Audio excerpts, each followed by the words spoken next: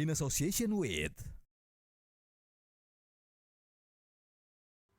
Kita ke informasi lain berkaitan dengan arus balik 2022 sudah terjadi kepadatan di beberapa titik. Bagaimana sekarang kesiapan Pelabuhan Bakauheni dan suasana arus balik di Pelabuhan Bakauheni? Saya akan langsung sapa rekan saya ada Adi Dwinanda langsung dari Lampung Selatan. Lampung, Adi, bagaimana suasana arus balik? Apakah sudah mulai terjadi peningkatan di Pelabuhan Bakauheni? Ya, selamat sore Putri. Betul sekali pada situasi arus balik pada H+4 Lebaran ini memang di Pelabuhan Bakauheni Lampung ini masih cenderung kondusif. Tidak ada antrian cukup panjang. Memang walaupun ada antrian, ini adalah antrian untuk masuk ke dalam kapal, bukan antrian kendaraan. Dan memang untuk berdasarkan data hari ini, hingga hari ini sudah ada setidaknya 411 lebih penumpang yang telah diberangkatkan melalui Pelabuhan Bakauheni Lampung, kemudian nanti menuju ke Pelabuhan Pelabuhan Merak Banten. Dan memang Putri, untuk prediksinya ini akan diprediksi puncaknya ini tanggal 6, yaitu hari ini hingga tanggal 8 mendatang. Dan langsung saja Putri, saya akan mengajak Anda untuk berbincang singkat dengan Kabid Humas Polda Lampung, Kombes Pol Pandra Arsyad, untuk mengetahui sebetulnya bagaimana prediksinya.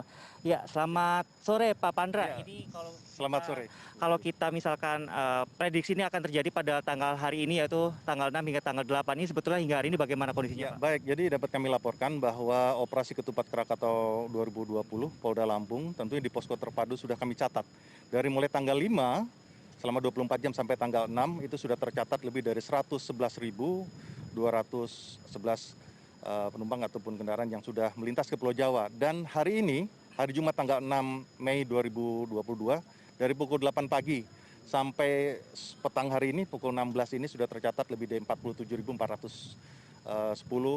penumpang atau orang yang menyeberang dari Bakauheni ke Merak Banten, dan juga lebih dari 11.000 kendaraan, 11.140. Dan ini juga kita bisa lihat tadi disampaikan bahwa untuk pantauan situasi lalu lintas berkat kerjasama kita semua pihak dan Bapak Kapolda Irjen Pol Dr. Hendro Sugiatno sudah selalu memsupervisi agar betul-betul manajemen rekayasa lalu lintas, informasi sekecil apapun harus disampaikan kepada masyarakat. Iya Pak Pandra, ini untuk mengantisipasi nantinya mungkin jika akan ada antrian yang cukup panjang di Pelabuhan Bakauheni, apa yang dipersiapkan oleh Polda Lampung, Pak? Ya, baik, jadi Polda Lampung sudah membuat suatu skema ya, dan dalam dinamika operasi, yaitu adalah sandi hijau dalam keadaan normal. Nah, seperti sekarang masih keadaan normal, kita melihat sendiri di jalan tol Trans Sumatera itu dalam kecepatan yang wajar dan tidak terjadi antrian yang cukup panjang sampai mendekat di pintu tol Sipot, ya, interdiction di Pelabuhan Bakauheni Lampung Selatan ini. Namun kalau sudah mencapai namanya zona kuning, yaitu adalah mendekati 2 km, itu terjadinya kemacetan di wilayah Pelabuhan Bakauheni, termasuk zona merah sampai dengan 4 km mendekati, itu baru kita bikin semacam pengalihan dari arus lalu lintas yang kita arahkan ke kantong-kantong rest area.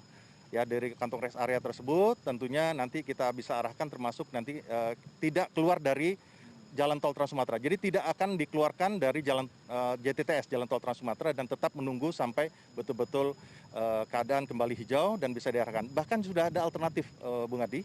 Artinya di sini selain daripada Pelabuhan Bakauheni di Lampung Selatan, kita sekarang ini sudah ada Pelabuhan Panjang yang kemarin sudah ditinjau langsung oleh Bapak Menteri Perhubungan Budi Karya Sumadi bersama dua menteri yang lain, itu Pak Menteri PMK Muhadjir Effendi dan juga Menteri BUMN Erick Thohir, dan juga Kakor Lantas Polri Irjen Pol Firman Satyabudi. Jadi sudah disiapkan 8 kapal ro-ro di Pelabuhan Panjang. Pelabuhan Panjang ini berada di Kota Bandar Lampung yang sangat memudahkan kepada para pemudik yang akan melakukan arus balik.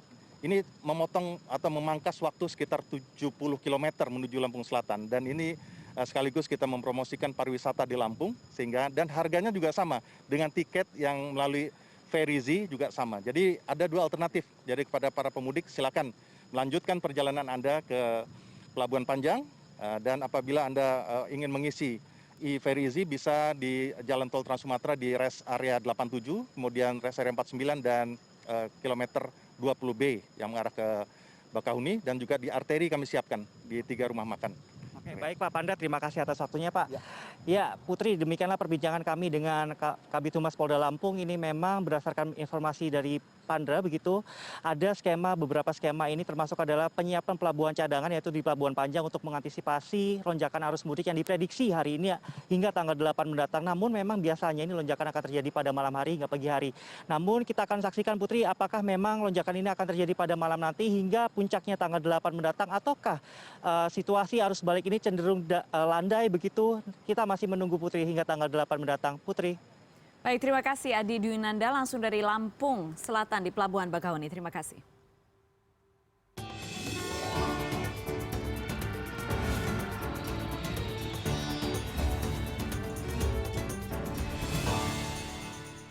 In association with